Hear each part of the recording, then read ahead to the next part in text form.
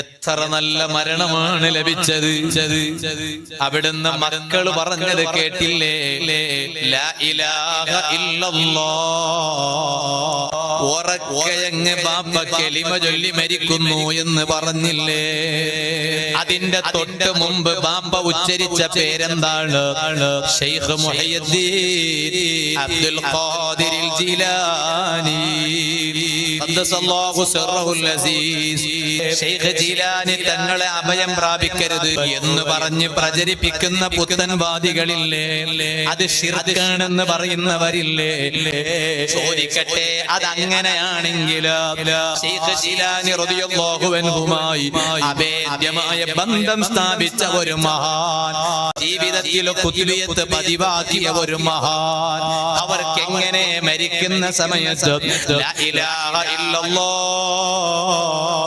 അല്ലാഹ് അല്ലാഹ് കലിമ ചൊല്ലിയിട്ട് മരിക്കാൻ കഴിയുന്നതെങ്ങനെ? അത് ശിർക്കാണെങ്കിൽ കലിമ ചൊല്ലിയിട്ട് മരിക്കാൻ കഴിയുന്നതെങ്ങനെ? മരിക്കുന്നതിന് മുമ്പ് ശൈഖ് ജീലാനി തങ്ങളെ പേരുച്ചരിക്കുന്നു.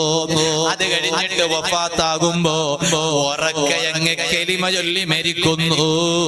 വെറുതെ നുണ പറയുകയല്ലല്ലോ, കള്ളം പറയുകയല്ലല്ലോ. എന്നിട്ടോ തങ്ങളുടെ മരണം എങ്ങനെയാണിരുന്നു?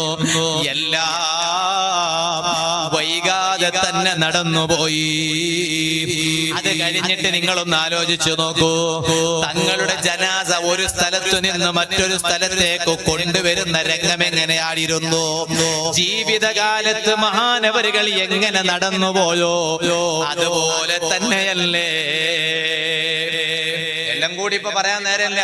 ജീവിതകാലത്ത് മഹാനവരികളുടെ സ്വഭാവം എന്താ? അങ്ങോട്ടും ഇങ്ങോട്ടും നോക്കൂല, ഒറ്റ പോക്കന്നെ. കൈ ആരെങ്കിലും പിടിക്കുന്നുണ്ടാവും, മൂപ്പർ ഇങ്ങനെ പോവും, നേരെ സ്റ്റേജിലോട്ട് വരും. സദസ്സിൽ ആളുണ്ടോ ഇല്ലേ എന്നൊന്നും മൂപ്പർ നോക്കൂല. സദസ്സിൽ ആരും വന്നിട്ടില്ല എന്ന് പറഞ്ഞാൽ മൂപ്പർ അതൊന്നും നോക്കൂല. വളരെ കൃത്യസമയം, എല്ലാറ്റിനും കൃത്യസമയം. എന്നിട്ട് സ്റ്റേജിൽ കയറും. ഞങ്ങൾ പാപ്പന്റെ തുടക്കം അങ്ങനെയാ. എല്ലാം കഴിഞ്ഞ് അവസാനിക്കുമ്പോ സദസ് നിറഞ്ഞു കാണും. തുടക്കത്തില് ഒന്ന് രണ്ടാളുണ്ടെന്നോ ആള് കുറഞ്ഞത് കൊണ്ട് ദേഷ്യപ്പെടുകയോ അങ്ങനൊന്നുമില്ല. ആളുകൾ പിന്നെ വരും, നമുക്ക് പോയി തുടങ്ങാന്ന് പറയും. അങ്ങനെയാ സാധാരണഗതിയില് ആളെത്തിയോ എന്ന് തുടങ്ങാൻ വേണ്ടി കാത്തിരിക്കുകയാണ്. അങ്ങനല്ല, ആളുകൾ വന്നോളൂ, നമുക്ക് തുടങ്ങാന്നാ പറയണേ. അങ്ങനെ കൊണ്ട് തുടങ്ങും. എല്ലാം സ്പീഡാണ്. ഒരു വീടിന് പാല് കായ്ക്കാൻ പോയാൽ, കുറ്റിയടിക്കാൻ പോയാൽ എവിടെ സ്ഥലം പോയി കുറ്റിയടിക്കും, പിന്നെ ദ്വാർന്നിട്ട് മൂപ്പറങ്ങ് വരും. പിന്നെ അവിടെ അങ്ങോട്ടും ഇങ്ങോട്ട് അതൊന്നുമില്ല. എന്നാൽ അതുപോലെ തന്നെയല്ലേ മഹാനവരികൾ ഈ ലോകത്തോട് വിട പറഞ്ഞത്? മയ്യിത്ത് കൊണ്ടുപോയ രംഗം ശ്രദ്ധിച്ചോ നിങ്ങള്? ഞാൻ അതിന്റെയൊക്കെ ഓരോ ദൃശ്യങ്ങൾ ഇങ്ങനെ കാണുമ്പോൾ, നേരിട്ടും അതിന്റെ കാഴ്ച കാണുമ്പോൾ എനിക്ക് മഹാനവരികളെ ജനാസ നേരിട്ട് കാണാൻ അവസരം കിട്ടിയിട്ടുമുണ്ട്. ആ ജനാസയുടെ നെറ്റിത്തടത്തേക്ക് മുത്തം കൊടുക്കാനും അവസരം കിട്ടിയിട്ടുണ്ട്. ആ ജനാസ കൊണ്ടുവന്ന് വെച്ച സ്ഥലത്ത് ഞാൻ ഇവിടെ ഉണ്ടായത് കൊണ്ട് കിട്ടിയതാണ്, അല്ലാതെ എനിക്ക് വലിയ പവർ ഉള്ളത് കൊണ്ട് കിട്ടിയതാണെന്ന് തെറ്റിദ്ധരിക്കണ്ട. അവിടെ ഞാൻ ഉണ്ടായത് കൊണ്ട് എനിക്ക് കിട്ടിയതാണ്. എന്നാൽ പറയട്ടെ, അപ്പോഴൊക്കെ ഞങ്ങൾ മനസ്സിലാക്കണത് എത്ര പെട്ടെന്നാണ് ഓരോ സ്ഥലത്തുനിന്ന് തങ്ങളെ ജനാസ കൊണ്ടുപോകുന്നത്. എട്ടിക്കുളത്തുനിന്ന് സഅദിയയിലേക്ക് കൊണ്ടുവരുന്നു, സഅദിയയിൽ നിന്ന് അതാ ഉള്ളാളത്തേക്ക് കൊണ്ടുവരുന്നു, ഉള്ളാളത്തു നിന്ന് നേരെ കൂറത്തേക്ക് കൊണ്ടുപോകുന്നു. ഉള്ളാളത്തുണ്ടായ ഞാന് തങ്ങളെ ജനാസ കൊണ്ടുപോകുമ്പോ എനിക്കൊരാഗ്രഹമാണ്, കൂറത്തേക്കും പോകണോ. ഉള്ളാളത്ത് ഞാൻ തങ്ങളെ ജനാസ നിസ്കരിച്ചിട്ടുണ്ട്, കൂറത്ത് പോകണോ. ആ ദഫന അവസാനിക്കുന്നത് വരെ ഞാൻ അവിടെ തന്നെ ഉണ്ടാടിരുന്നു. എല്ലാം കാണുമ്പോ ഹയാത്ത് കാലത്ത് എങ്ങനെയാണ് മഹാനവരുകൾ വേഗതയിൽ പോയിരുന്നത്, അതുപോലെ ഒരു മണവാളനെ ആനയിക്കുന്നത് പോലെ ജനാസയെ കൊണ്ടുപോകുന്നു. ഓ എന്റെ കരളിന്റെ കഷ്ണങ്ങളായ യുവാക്കളെ, ഈമാനുള്ള ചെറുപ്പക്കാരെ, തങ്ങളുപ്പാപ്പാന്റെ മരണ വാർത്ത കേട്ടപ്പോൾ ഒഴുകിയെത്തിയ ആളുകൾ എത്രയാ? 4 സ്ഥലങ്ങളിലായി ജനാസ നിസ്കാരം നടന്നില്ലേ? അത് എല്ലവും കൂടി ഒരൊറ്റ സ്ഥലത്താടിരുന്നുവെങ്കിൽ എന്തായിരുന്നു അവസ്ഥ? ഞാൻ ഇവിടുന്ന് ചിന്തിക്കണം, നിങ്ങൾ ആലോചിക്കണോ? ആ തങ്ങളുപ്പാപ്പാന്റെ മരണം എനിക്കൊരു പാഠമാകണം. അനുസ്മരണം എന്ന് പറഞ്ഞാൽ അതിൽ മാത്രം ഒതുങ്ങിപ്പോയാ പോരാ, അതിനൊരു പാഠമാകണം. നിങ്ങളിൽ അതിലൊരു പാഠമുണ്ടാകണം. എന്താണ് പാഠം? ആ സ്ഥലത്ത് ആര് വരും എന്നതിനെ കുറിച്ചുള്ള ചിന്തയല്ല, സ്ഥലത്തേക്ക് നല്ലവര് തന്നെ വരും, അതിലൊരു സംശയവുമില്ല. ഇപ്പൊ ആരായിരിക്കും എന്നാണ്, അത് ഖൈറായവരെ തന്നെ റബ്ബ് കൊണ്ടുവരും. ഏറെ ബഹുമാനപ്പെട്ട തങ്ങളുപ്പാപ്പ വഫാത്തായപ്പോ എത്ര ആളുകളാണ് ഒരുമിച്ച് കൂടിയത്, എത്ര ആളുകളാണ് തടിച്ചു കൂടിയത്. ഈ അടുത്തൊരാൾ എന്നോട് പറഞ്ഞു, എത്ര ആളുകളോടാണ് യാസീൻ ഓതാൻ പറഞ്ഞത് തങ്ങളവരുകൾ. അല്ലാഹു ദർജ വർദ്ധിപ്പിക്കട്ടെ. ആര് എന്ത് വിഷയം പോയി പറഞ്ഞാലും 40 യാസീൻ ഓതാൻ പറയാം. 40 ദിവസം യാസീൻ ഓതാൻ പറയും. ചിലപ്പോ ബദരീങ്ങളുടെ പേരിൽ ഓതാൻ പറയും, ചിലപ്പോ ബദരീങ്ങളുടെ പേരൊന്നും പറയില്ല. 40 ദിവസം യാസീൻ ഓതിക്കോന്ന് പറയും, വേറൊന്നുമില്ല. അങ്ങനെ എത്ര ആളുണ്ടാവും? നിങ്ങളെ കൂട്ടത്തിൽ തന്നെ ഉണ്ടാവില്ലേ 40 യാസീൻ ഓതിയ 40 ദിവസം തുടരെ ഓതിയവരെ അല്ലെ? ഉമ്മമാരെ നിങ്ങളെ കൂട്ടത്തിലുണ്ടാവില്ലേ? തങ്ങൾ പാപ്പ പറഞ്ഞിട്ട് 40 യാസീൻ തുടരെ 40 ദിവസം ഓരോ ദിവസം ഓരോ യാസീൻ ഓതിയവര്. അങ്ങനെ എത്ര ആളുകളോടാണ്? അങ്ങനെ വലിയ തമാശയിൽ പറയും. ഒരിക്കൽ പറഞ്ഞ് അത് തമാശയിലാ പറയണം, അത് കറാമത്തായിട്ട് പറയാൻ പാടില്ല. അങ്ങനെയാണ് ചിലത് തമാശയിൽ പറയും, അത് കറാമത്തൊന്നുമല്ല. ഒരിക്കൽ വന്നിട്ട് ആരോ പറഞ്ഞു, തങ്ങളെ വല്ലാത്ത ചൊരിയുണ്ട്, ഭയങ്കര ചൊരിയും. അപ്പൊ ഞാനപ്പോ തങ്ങളടുത്ത് ഞാൻ ബൈത്തെടുക്കത്തുള്ള സമയത്ത് ഞാൻ ഇടക്കിടക്ക് പുറത്തു പോകും. തങ്ങൾ ഫ്രീ ഉള്ള സമയത്ത് കൂടെ ഉള്ളവർ വിളിച്ചു ചോദിക്കും ഫ്രീ ആണോ. അപ്പൊ പോയിട്ട് ഇങ്ങനെ ഇരുന്ന് കുറെ തമാശകൾ സംസാരിക്കും, കുറെ കാര്യം പറയും. അപ്പൊ ഒരിക്കൽ പോയപ്പോ തങ്ങൾ അടുത്ത് നിന്നപ്പോ ഒരാൾ വന്നിട്ട് പറഞ്ഞു, ഭയങ്കര ചൊരിയുണ്ട്, തങ്ങളെ ഭയങ്കര ചൊരിച്ചിൽ മാറുന്നില്ല. അപ്പൊ തങ്ങൾ പറഞ്ഞു, അതിന് കുളിക്കണോന്ന് പറഞ്ഞു. ദിവസം കുളിക്കണം, ചൊരി മാറും. ഇത് ആട്ടി കൊറക്ക ആമാശ കൊറക്ക കുളിച്ചെങ്കാവാല. അത് തമാശക്ക് പറഞ്ഞതാണ്. എന്നിട്ട് വെള്ളം എടുക്കൂ എന്ന് പറഞ്ഞിട്ട് മൂപ്പരങ്ങ് പോയില്ല. കുളിച്ചെങ്ങ് ചൊരി മാറുന്നു, അങ്ങനെ പോയില്ല. പിന്നെ മൂപ്പർക്കറിയാം ഇത് തങ്ങൾ തമാശക്ക് പറഞ്ഞാണെന്ന് അറിയാം. എന്നിട്ട് എന്ത് പറഞ്ഞു? എന്നിട്ട് ഈ കുപ്പി അങ്ങ് എടുത്തു, മന്ത്രിച്ചു കൊടുത്തു. 40 യാസീൻ ഓതാൻ. എന്നിട്ട് ആ യാസീൻ ഓതാൻ പറഞ്ഞതോ അത് ആർക്കൊക്കെ പറഞ്ഞിട്ടുണ്ടോ? ഏകദേശം ആളുകളുടെയും വിഷയങ്ങൾ ക്ലിയർ ആയിട്ടുണ്ട്. അങ്ങനെയാ തങ്ങളുമായിട്ട് വലിയ ബന്ധമുള്ള ഒരാളുണ്ട് സൗദിയിൽ, ദമാമില്. തങ്ങൾക്ക് സൗദിയിലേക്ക് വിസ ഇടുന്നത് മൂപ്പരാണ്. ആ മാത്രല്ല, മൂപ്പരാണ് ബഹുമാനപ്പെട്ട തങ്ങളുപ്പാപ്പാനെ. തങ്ങളുപ്പാപ്പ സൗദിയിൽ പോയാൽ അവരെ വീട്ടിലുണ്ടാവുക, അവരെ വാഹനത്തിലാ, അവരെവിടെ അങ്ങനെ കൂടുതൽ പോവില്ല എന്നാണ് എന്റെ അറിവ്.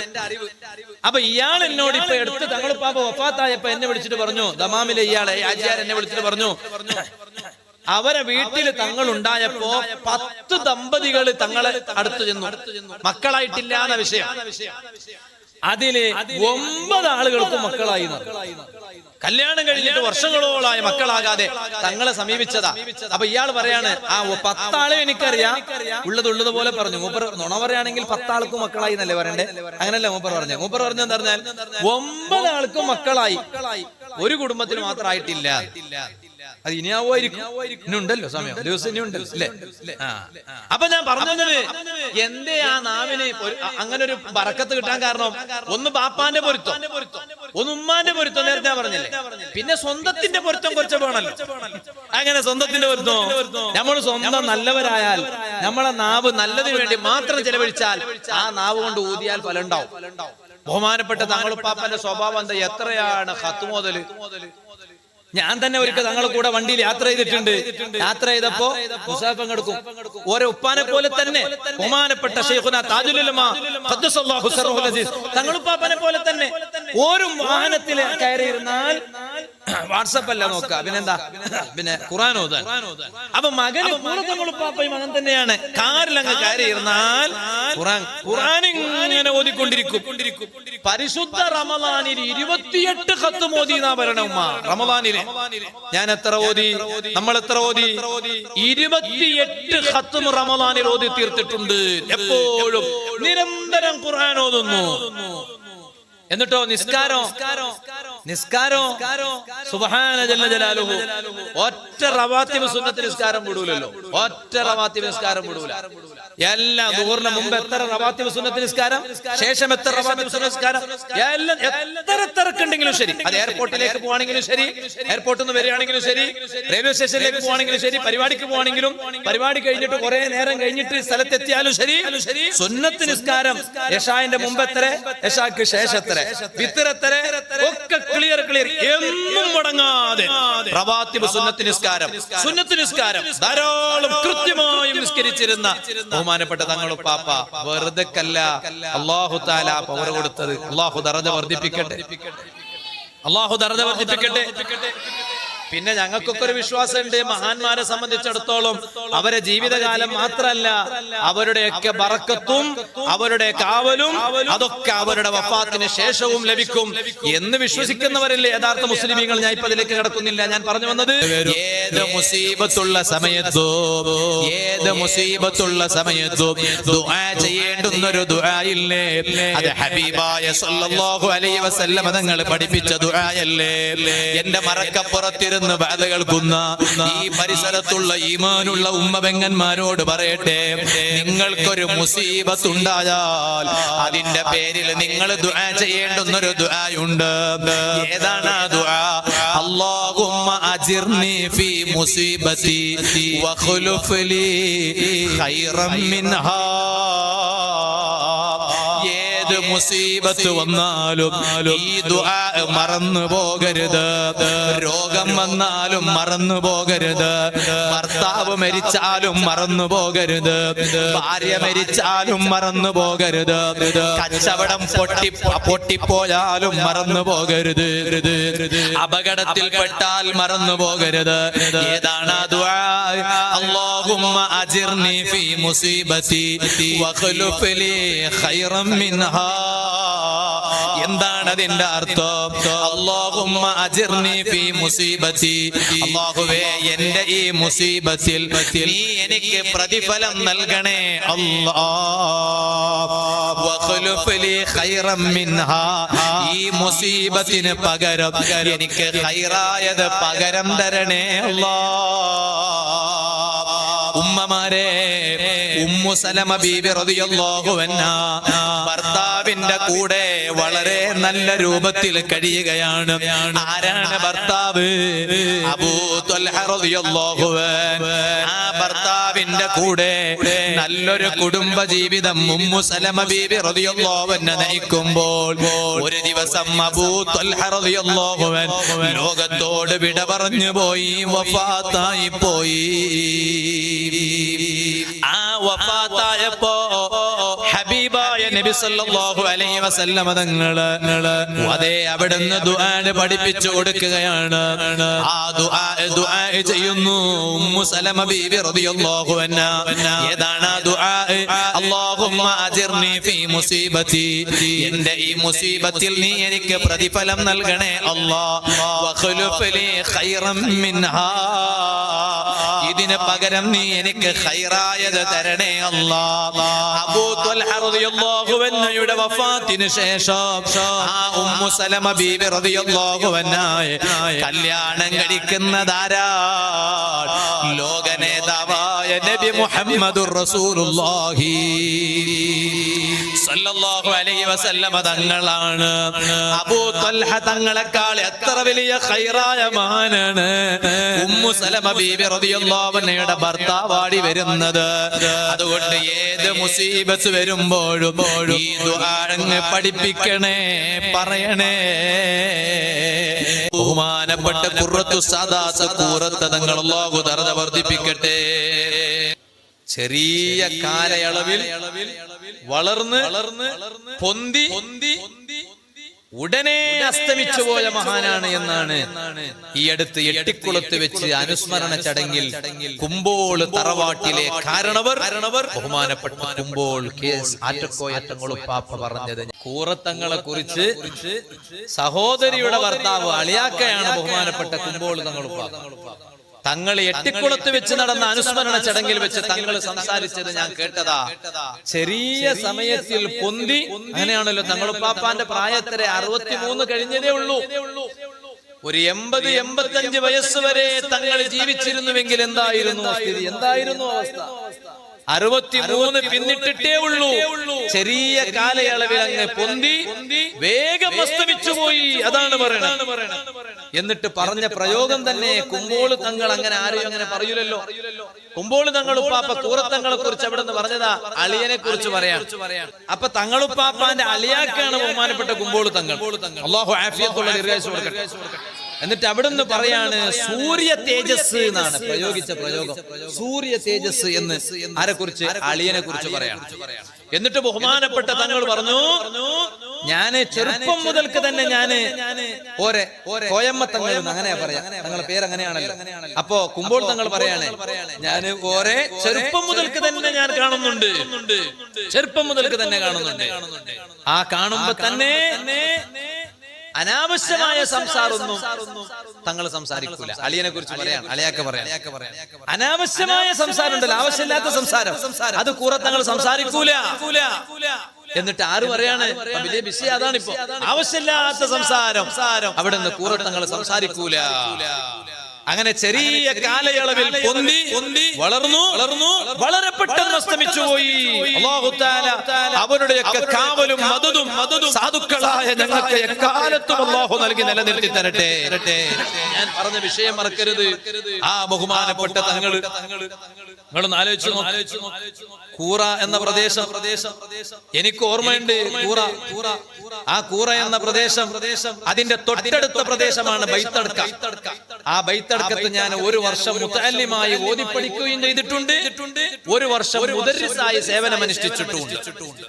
അപ്പൊ ഓതിപ്പടിക്കുന്ന സമയത്ത് തന്നെ ഈ വെള്ളിയാഴ്ച ഉറുദിക്ക് പോകുന്ന ഒരു സ്വഭാവം ഉണ്ട് എനിക്ക്. അങ്ങനൊക്കെ ഉറുദി പറഞ്ഞിട്ടാണ് ഇന്നിപ്പോ ഇങ്ങനെ വേള് പറയണത്. വെള്ളിയാഴ്ച ഉറുദിക്ക് പോകും. ഒറ്റ പള്ളിയും വിടാറില്ലായിരുന്നു. എല്ലാ വെള്ളിയാഴ്ച ഉറുദിക്ക് പോകും. അങ്ങനെ ഊർജിക്ക് പോയിയാണ് ഇപ്പൊ ഇങ്ങനെ വേള് പറയണത്. താലിമ്യങ്ങളുണ്ടെങ്കിൽ കേൾക്കട്ടെ എന്ന് കരുതിയിട്ട് ഞാൻ പറഞ്ഞതാ. അപ്പൊ ഞാൻ പറഞ്ഞ വിഷയം, അന്ന് ബഹുമാനപ്പെട്ട കൂറത്ത് തങ്ങള് ആദ്യമായിട്ടാണ് തങ്ങൾ ഇങ്ങനെ പിന്നെ അവിടെ കൂറത്ത് ഇങ്ങനെ ഇതാവുക. അപ്പോ അന്ന് കൂറത്തൊരു ചെറിയ പള്ളിയാണ്. അന്ന് ബഹുമാനപ്പെട്ട തങ്ങള് കൂറത്ത് അവിടുത്തെ ഖതീബാണ്, അവിടുത്തെ നേതൃത്വമാണ്. ചെറിയ പള്ളി. അന്ന് ഞാൻ അവിടെ ഉറുദിക്ക് പോയപ്പോ തങ്ങളെ കൂടെ ഒന്നിച്ചിരുന്ന് ഭക്ഷണം കഴിച്ചിട്ടുണ്ട്. അപ്പൊ പഠിക്കുമ്പോ അപ്പൊ ആ പരിസരത്ത് തങ്ങളെ പിന്നെ ഉത്ഭവം അങ്ങനെയാണ്. ആ പരിസരത്ത് ഖുത്ബിയത്തിന്റെ സദസ്സിന് തങ്ങൾ വന്ന് നേതൃത്വം നൽകുകയാണ്. അങ്ങനെയാണ് ആ പരിസരത്ത് തങ്ങളുള്ള സ്ഥലത്ത്, ആ പരിസരത്ത് ഖുത്ബിയത്തിന്റെ മജ്‌ലിസിന് തങ്ങൾ വരും, തങ്ങൾ നേതൃത്വം നൽകും. അങ്ങനെയാണ് ഖുത്ബിയത്തിന് നേതൃത്വം. പിന്നെ ബഹുമാനപ്പെട്ട തങ്ങളുപ്പാപ്പ ഒന്നും കൂടി പൊന്തിയത് എപ്പോഴാ? നമുക്കൊക്കെ അറിയാലോ. ബഹുമാനപ്പെട്ടവരുടെ ഉമ്മയുടെ വഫാത്തോടുകൂടെയാണ്. നിങ്ങളൊന്ന് ആലോചിച്ചു നോക്കണം. ഞാനിത് വെറുതെ പറയല്ല. ഉമ്മാന്റെ വഫാത്തോടുകൂടെ അങ്ങനെയാണ്. ബാപ്പാന്റെ പൊരുത്തം കിട്ടി. ബാപ്പാന്റെ പൊരുത്തം കിട്ടലോടുകൂടെ ഉമ്മാന്റെ വഫാത്തോടുകൂടെ ഉമ്മാന്റെ എല്ലാ പൊരുത്തവും മാനവർക്ക് കിട്ടി. ആ ബഹുമാനപ്പെട്ട കൂറത്ത തങ്ങൾ അല്ലാഹു ദർജ വർദ്ധിപ്പിക്കട്ടെ. എത്ര നല്ല മരണമാണ് ലഭിച്ചത്. അവിടുന്ന് മക്കൾ പറഞ്ഞത് കേട്ടില്ലേ? ലാ ഇലാഹ ഇല്ലല്ലാഹ് അല്ലാഹ് അല്ലാഹ്. ഉറക്കയങ്ങ് ബാപ്പ കലിമ ചൊല്ലി മരിക്കുന്നു എന്ന് പറഞ്ഞില്ലേ? അതിന്റെ തൊട്ട് മുമ്പ് ബാപ്പ ഉച്ചരിച്ച പേരെന്താണ്? ശൈഖ് മുഹയ്യിദ്ദീൻ അബ്ദുൽ ഖാദിർ ജിലാനി ഖദ്ദസല്ലാഹു സിർറഹുൽ അസീസ്. ഇവിടെ ഖുത്ബിയത്ത് ചൊല്ലാൻ പാടില്ല എന്ന് പറഞ്ഞ് പ്രചരിപ്പിക്കുന്ന പുത്തനാശയക്കാരില്ലേ? ശൈഖ് ജിലാനി തങ്ങളെ അഭയം പ്രാപിക്കരുത് റളിയല്ലാഹു അൻഹു എന്ന് പറഞ്ഞ് പ്രചരിപ്പിക്കുന്ന പുത്തൻവാദികളില്ലേ? അത് ശിർക്കാണെന്ന് പറയുന്നവരില്ലേ? അത് ബഹുദൈവാരാധനയാണെന്ന് പറയുന്നവരില്ലേ? ചോദിക്കട്ടെ, അതങ്ങനെയാണെങ്കിൽ ജീവിതത്തിൽ ഖുത്ബിയത്ത് പതിവാക്കിയ ഒരു മഹാൻ ശൈഖ് ജിലാനി റളിയല്ലാഹു അൻഹുമായി അഭേദ്യമായ ബന്ധം സ്ഥാപിച്ച ഒരു മഹാൻ, അവർക്ക് എങ്ങനെ മരിക്കുന്ന സമയത്ത് ലാ ഇലാഹ ഇല്ലല്ലാഹ് അല്ലാഹ് ചൊല്ലിയിട്ട് മരിക്കാൻ കഴിയുന്നത് എങ്ങനെ? അത് ശിർക്കാണെങ്കിൽ കലിമ ചൊല്ലിയിട്ട് മരിക്കാൻ കഴിയുന്നത് എങ്ങനെ? മരിക്കുന്നതിന് മുമ്പ് ശൈഖ് ജീലാനി തങ്ങളെ പേരുച്ചരിക്കുന്നു. അത് കഴിഞ്ഞിട്ട് വഫാത്താകുമ്പോ ഉറക്കെ അങ്ങ് കലിമ ചൊല്ലി മരിക്കുന്നു.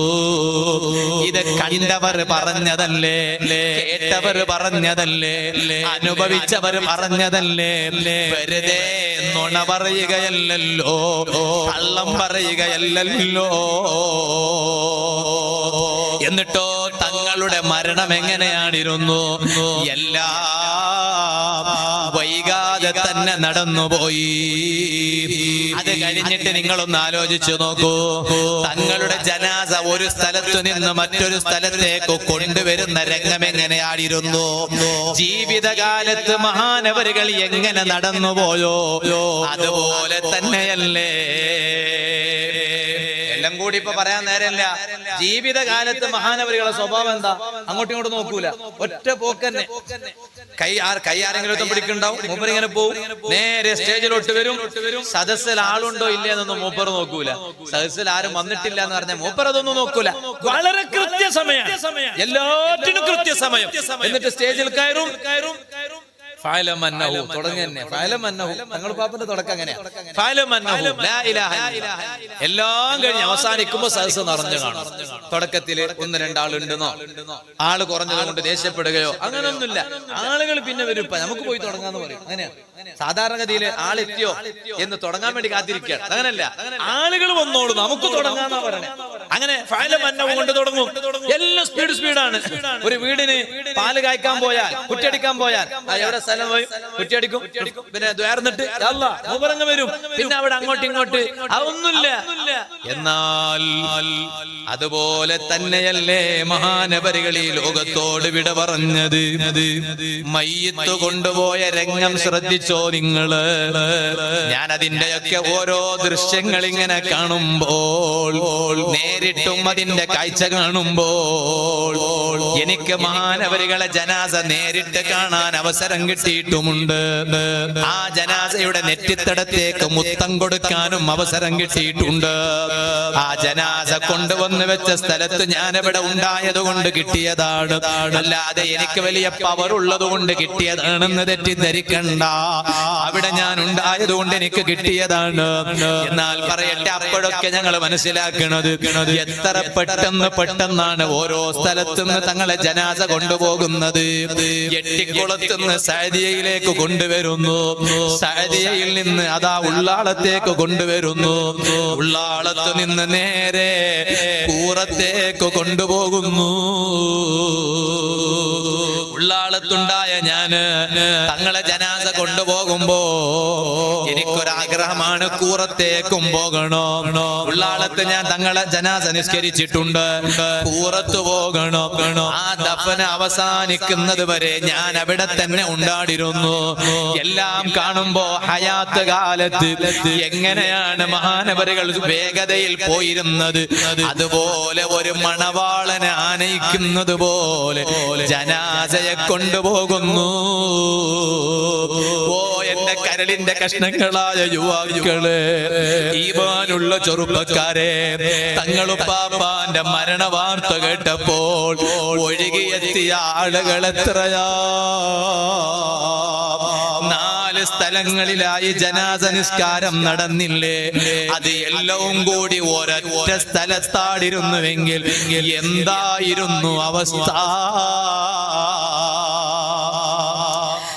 ഞാൻ ഇവിടുന്ന് ചിന്തിക്കണം, നിങ്ങൾ ആലോചിക്കണോ? ആ തങ്ങളുപ്പാപ്പാന്റെ മരണം എനിക്കൊരു പാഠമാകണം.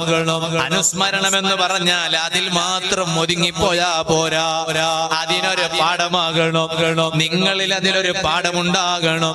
എന്താണ് പാഠം?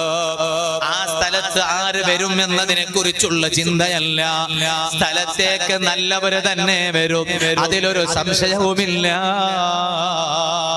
ഇപ്പൊ ആരായിരിക്കും ഉണ്ടായിരിക്കും. ആരായിരിക്കും എന്നാണ്? അത് ഖൈറായവരെ തന്നെ റബ്ബ് കൊണ്ടുവരും. ഏത് മുസീബത്തുള്ള സമയത്തും ദുആ ചെയ്യേണ്ടുന്ന ഒരു ദുആ ഇല്ലേ? അത് ഹബീബായ സല്ലല്ലാഹു അലൈഹി വസല്ലം തങ്ങൾ പഠിപ്പിച്ച ദുആയല്ലേ? എന്റെ മറക്കപ്പുറത്തിരുന്ന് വഅദ് കേൾക്കുന്ന ഈ പരിസരത്തുള്ള ഈമാനുള്ള ഉമ്മബെങ്ങന്മാരോട് പറയട്ടെ, നിങ്ങൾക്കൊരു മുസീബത്ത് ഉണ്ടായാൽ അതിന്റെ പേരിൽ നിങ്ങൾ ദുആ ചെയ്യേണ്ടുന്നൊരു ദുആയുണ്ട്. ഏതാണ് ആ ദുആ? അല്ലാഹുമ്മ അജിർനി ഫീ മുസീബതി വഖ്ലുഫ് ലീ ഖൈറൻ മിൻഹാ. ഏത് മുസീബത്ത് വന്നാലും ഈ ദുആ മറന്നു പോകരുത്. രോഗം വന്നാലും മറന്നു പോകരുത്. ഭർത്താവ് മരിച്ചാലും മറന്നു പോകരുത്.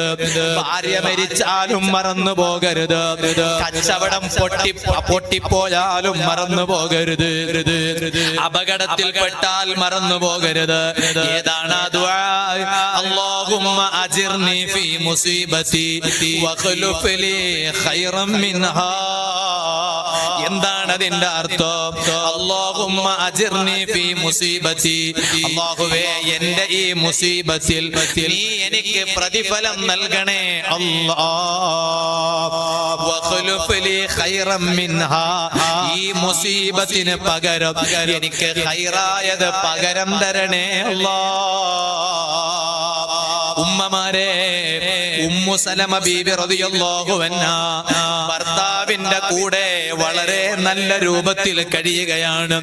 ആരാണ് ഭർത്താവ്? അബൂ ത്വൽഹ റളിയല്ലാഹു അൻഹു. ആ ഭർത്താവിന്റെ കൂടെ നല്ലൊരു കുടുംബ ജീവിതം ഉമ്മു സലമ ബീബി റളിയല്ലാഹു അൻഹ നയിക്കുമ്പോൾ ഒരു ദിവസം അബൂ ത്വൽഹ റളിയല്ലാഹു അൻഹു ലോകത്തോട് വിട പറഞ്ഞു പോയി, വഫാത്തായി പോയി. ആ വഫാത്തായപ്പോ ഹബീബായ നബി സല്ലല്ലാഹു അലൈഹി വസല്ലം തങ്ങള് അതേ അവിടുന്ന് ദുആ പഠിപ്പിച്ചു കൊടുക്കുകയാണ്. ആ ദുആ ചെയ്യുന്നു ഉമ്മു സലമ ബീബി റളിയല്ലാഹു അൻഹാ. ഏതാണ് ആ ദുആ? അല്ലാഹുമ്മ അജിർനി ഫീ മുസീബതി, എന്റെ ഈ മുസീബത്തിൽ നീ എനിക്ക് പ്രതിഫലം നൽകണേ അല്ലാഹ്. വഖ്ലുഫ് ലീ ഖൈറൻ മിൻഹാ, ഇതിന് പകരം നീ എനിക്ക് ഖൈറായത് തരണേ അല്ലാഹ്. അബൂ ത്വൽഹ റളിയല്ലാഹു അൻഹയുടെ വഫാത്തിന് ശേഷം ആ ഉമ്മു സലമ ബീബി റളിയല്ലാഹു അൻഹയെ കല്യാണം കഴിക്കുന്നതാരാണ്? ലോക നേതാവായ നബി മുഹമ്മദുർ റസൂലുള്ളാഹി സല്ലല്ലാഹു അലൈഹി വസല്ലമ തങ്ങളാണ്. അബൂ ത്വൽഹ തങ്ങളെക്കാൾ എത്ര വലിയ ഖൈറായ മഹാനാണ് ഉമ്മു സലമ ബീബി റളിയല്ലാഹു അൻഹയുടെ ഭർത്താവാടി വരുന്നത്. അതുകൊണ്ട് ഏത് മുസീബത്ത് വരുമ്പോഴും ഈ ദുആ പഠിപ്പിക്കണേ, പറയണേ. ഇരിക്കട്ടെ, ബഹുമാനപ്പെട്ട തങ്ങളുപ്പാപ്പ വഫാത്തായപ്പോ എത്ര ആളുകളാണ് ഒരുമിച്ച് കൂടിയത്, എത്ര ആളുകളാണ് തടിച്ചു കൂടിയത്. ഈ അടുത്തൊരാൾ എന്നോട് പറഞ്ഞു, എത്ര ആളുകളോടാണ് യാസീൻ ഓതാൻ പറഞ്ഞത് തങ്ങളെ വരികൾ. അല്ലാഹു ദർജ വർദ്ധിപ്പിക്കട്ടെ. ആര് എന്ത് വിഷയം പോയി പറഞ്ഞാലും 40 യാസീൻ ഓതാനാ പറയാ. 40 ദിവസം യാസീൻ ഓതാൻ പറയും. ചിലപ്പോ ബദരീങ്ങളുടെ പേരിൽ ഓതാൻ പറയും, ചിലപ്പോ ബദരീങ്ങളുടെ പേരൊന്നും പറയില്ല. 40 ദിവസം യാസീൻ ഓതിക്കോന്ന് പറയും, വേറൊന്നുമില്ല. അങ്ങനെ എത്ര ആളുണ്ടാവും? നിങ്ങളെ കൂട്ടത്തിൽ തന്നെ ഉണ്ടാവില്ലേ 40 യാസീൻ ഓതിയ 40 ദിവസം തുടരെ ഓതിയവരെ അല്ലെ? ഉമ്മമാരെ നിങ്ങളെ കൂട്ടത്തിലുണ്ടാവില്ലേ? തങ്ങൾ പാപ്പ പറഞ്ഞിട്ട് 40 യാസീൻ തുടരെ 40 ദിവസം ഓരോ ദിവസം ഓരോ യാസീൻ ഓതിയവര്. അങ്ങനെ എത്ര ആളുകളോടാണ്? അങ്ങനെ വലിയ തമാശയിൽ പറയും. ഒരിക്കൽ പറഞ്ഞ് അത് തമാശയിലാ പറയണം, അത് കറാമത്തായിട്ട് പറയാൻ പാടില്ല. അങ്ങനെയാണ് ചിലത് തമാശയിൽ പറയും, അത് കറാമത്തൊന്നുമല്ല. ഒരിക്കൽ വന്നിട്ട് ആരോ പറഞ്ഞു, തങ്ങളെ വല്ലാത്ത ചൊരിയുണ്ട് എന്ന് പറയും, ഭയങ്കര ചൊരിയും. അപ്പൊ ഞാനപ്പോ തങ്ങളുടെ അടുത്ത് ഞാൻ ബൈത്തെടുക്കത്തുള്ള സമയത്ത് ഞാൻ ഇടക്കിടക്ക് പുറത്തു പോകും. തങ്ങൾ ഫ്രീ ഉള്ള സമയത്ത് കൂടെ ഉള്ളവർ വിളിച്ചു ചോദിക്കും ഫ്രീ ആണോ. അപ്പൊ പോയിട്ട് ഇങ്ങനെ ഇരുന്ന് കുറെ തമാശകൾ സംസാരിക്കും, കുറെ കാര്യം പറയും. അപ്പൊ ഒരിക്കൽ പോയപ്പോ തങ്ങൾ അടുത്ത് നിന്നപ്പോ ഒരാൾ വന്നിട്ട് പറഞ്ഞു, ഭയങ്കര ചൊരിയുണ്ട്, തങ്ങളെ ഭയങ്കര ചൊരിച്ചിൽ മാറുന്നില്ല. അപ്പൊ തങ്ങൾ പറഞ്ഞു, അതിന് കുളിക്കണോന്ന് പറഞ്ഞു. ദിവസം കുളിക്കണം, ചൊരി മാറും. ഇത് ആട്യ കുറക്ക ആമാശ കുറക്ക വിളിച്ചെങ്കാവാല. അത് തമാശക്ക് പറഞ്ഞതാണ്. എന്നിട്ട് വെള്ളം എടുക്കൂ എന്ന് പറഞ്ഞിട്ട് മൂപ്പരങ്ങ് പോയില്ല. കുളിച്ചങ്ങ് ചൊരി മാറുന്നു, അങ്ങനെ പോയില്ല. പിന്നെ മൂപ്പർക്കറിയാം ഇത് തങ്ങൾ തമാശക്ക് പറഞ്ഞാണെന്ന് അറിയാം. എന്നിട്ട് എന്ത് പറഞ്ഞു? എന്നിട്ട് ഈ കുപ്പി അങ്ങ് എടുത്തു, മന്ത്രിച്ചു കൊടുത്തു. 40 യാസീൻ ഓതാൻ. എന്നിട്ട് ആ യാസീൻ ഓതാൻ പറഞ്ഞതോ അത് ആർക്കൊക്കെ പറഞ്ഞിട്ടുണ്ടോ? ഏകദേശം ആളുകളുടെയും വിഷയങ്ങൾ ക്ലിയർ ആയിട്ടുണ്ട്. അങ്ങനെയാ. തങ്ങളുമായിട്ട് വലിയ ബന്ധമുള്ള ഒരാളുണ്ട് സൗദിയിൽ, ദമാമില്. തങ്ങൾക്ക് സൗദിയിലേക്ക് വിസ ഇടുന്നത് മൂപ്പരാണ്. ആ മാത്രല്ല, മൂപ്പരാണ് ബഹുമാനപ്പെട്ട തങ്ങളുപ്പാപ്പാനെ. തങ്ങളുപ്പാപ്പ സൗദിയിൽ പോയാൽ അവരെ വീട്ടിലുണ്ടാവുക, അവരെ വാഹനത്തിലാ, അവരെ കൂടെ അങ്ങനെ കൂടുതൽ പോവില്ല എന്നാണ് എന്റെ അറിവ്. അപ്പൊ ഇയാൾ എന്നോട് ഇപ്പൊ എടുത്ത് തങ്ങളുപ്പാപ്പ വഫാത്തായപ്പോ എന്നെ വിളിച്ചിട്ട് പറഞ്ഞു, ദമാമിലെ ഇയാളെ ആജിയാർ എന്നെ വിളിച്ചിട്ട് പറഞ്ഞു, അവരെ വീട്ടിൽ തങ്ങൾ ഉണ്ടായപ്പോ 10 ദമ്പതികൾ തങ്ങളെ അടുത്ത് ചെന്നു, മക്കളായിട്ടില്ലാന്ന വിഷയം. അതില് 9 ആളുകൾക്കും മക്കളായി.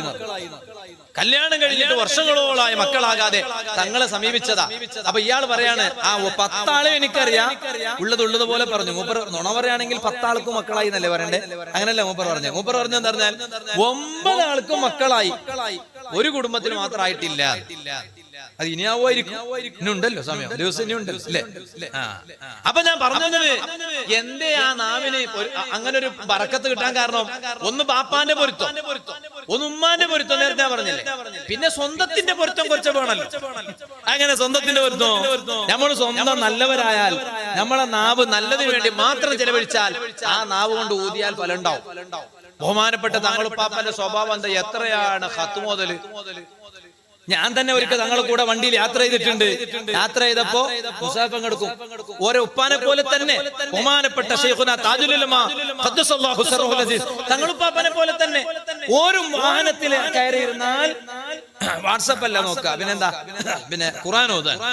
അപ്പൊ മകന് തങ്ങളുപ്പാപ്പയും മകൻ തന്നെയാണ്. കാറിൽ അങ്ങ് കയറിയിരുന്നാൽ ഖുർആൻ ഇങ്ങനെ ഓതിക്കൊണ്ടിരിക്കും. പരിശുദ്ധ റമളാനിൽ 28 ഖത്ം ഓതി എന്നാ പറയണ ഉമ്മ. റമളാനിൽ ഞാൻ എത്ര ഓതി, നമ്മൾ എത്ര ഓതി? 28 ഖത്ം റമളാനിൽ ഓതി തീർത്തിട്ടുണ്ട്. എപ്പോഴും നിരന്തരം ഖുർആൻ ഓതുന്നു. എന്നിട്ടോ നിസ്കാരോ സുബ്ഹാന ജല്ല ജലാലുഹു, ഒറ്റ റവാത്തിബ് സുന്നത്ത് നിസ്കാരം വിടൂലല്ലോ. ഒറ്റ റവാത്തിബ് നിസ്കാരം വിടൂല. എല്ലാ ദുഹറിന് മുമ്പ് എത്ര റവാത്തിബ് സുന്നത്ത് നിസ്കാരം, ശേഷം എത്ര റവാത്തിബ് സുന്നത്ത് നിസ്കാരം, എല്ലാം എത്ര തിരക്കുണ്ടെങ്കിലും ശരി, അത് എയർപോർട്ടിലേക്ക് പോവാണെങ്കിലും ശരി, എയർപോർട്ടിൽ നിന്ന് വരികയാണെങ്കിലും ശരി, റെയിൽവേ സ്റ്റേഷനിലേക്ക് പോവാണെങ്കിലും ശരി, പരിപാടിക്ക് പോവാണെങ്കിലും, പരിപാടി കഴിഞ്ഞിട്ട് കുറെ നേരം കഴിഞ്ഞിട്ട് സ്ഥലത്തെത്തിയാലും ശരി, സുന്നത്ത് നിസ്കാരം ഇശാഇന്റെ മുമ്പ് എത്ര, ഇശാക്ക് ശേഷം എത്ര, വിത്ർ എത്ര, ഒക്കെ ക്ലിയർ എന്നും മുടങ്ങാതെ റവാത്തിബ് സുന്നത്ത് നിസ്കാരം ധാരാളം കൃത്യമായും നിസ്കരിച്ചിരുന്ന ബഹുമാനപ്പെട്ട തങ്ങളുപ്പാപ്പ. വെറുതെ കല്ല, അല്ലാഹു തആല പവർ കൊടുത്തത്. അല്ലാഹു ദറജ വർദ്ധിപ്പിക്കട്ടെ. പിന്നെ ഞങ്ങൾക്കൊക്കെ ഒരു വിശ്വാസമുണ്ട്, മഹാന്മാരെ സംബന്ധിച്ചിടത്തോളം അവരെ ജീവിതകാലം മാത്രമല്ല, അവരുടെയൊക്കെ ബറക്കത്തും അവരുടെ കാവലും അതൊക്കെ അവരുടെ വഫാത്തിന് ശേഷവും ലഭിക്കും എന്ന് വിശ്വസിക്കുന്നവരല്ലേ യഥാർത്ഥ മുസ്ലിമീങ്ങൾ. ഞാൻ ഇപ്പൊ അതിലേക്ക് കിടക്കുന്നില്ല. ഞാൻ പറഞ്ഞു വന്നത്, അതിന്റെ എല്ലാം ഉറവിടം ഹബീബായ അഷ്റഫുൽ ഖൽഖ് നബി മുഹമ്മദുർ റസൂലുള്ളാഹി സ്വല്ലല്ലാഹു അലൈഹി വസല്ലമ തങ്ങളാണ്.